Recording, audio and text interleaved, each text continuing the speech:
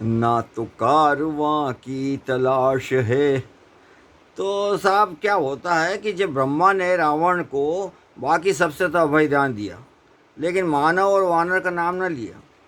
तब राम ने वानरों और हनुमान के साथ सहयोग लेकर न केवल सीता को पाया, बल्कि रावण को नेस्तनाबूद कर दिया।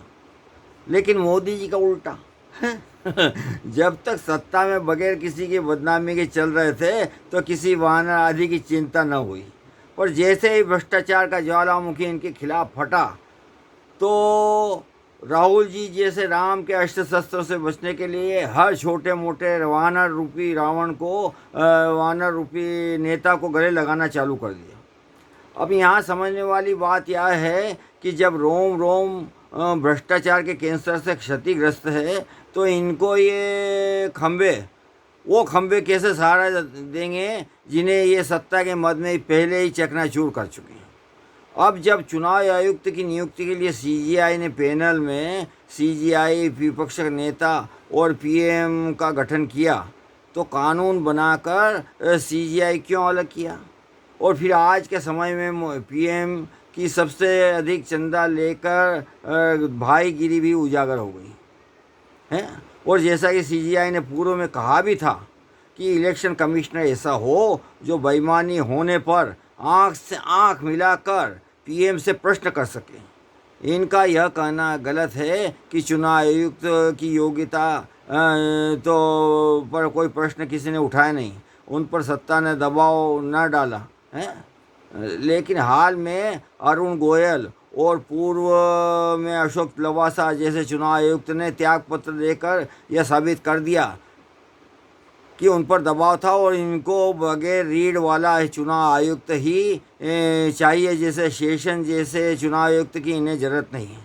तभी वर्तमान चुनाव आयुक्त जनता बड़े न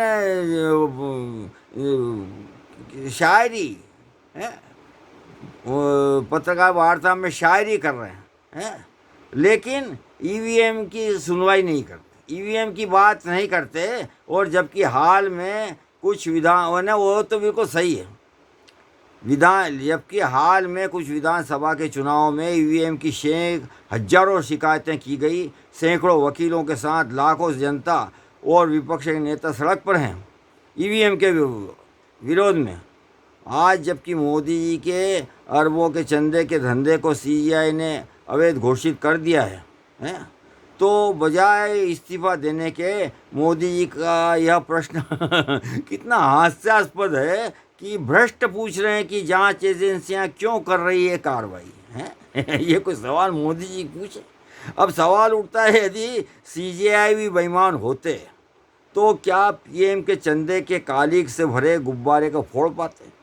और क्या मोदी जी एक मिनट भी उनको रहने देते?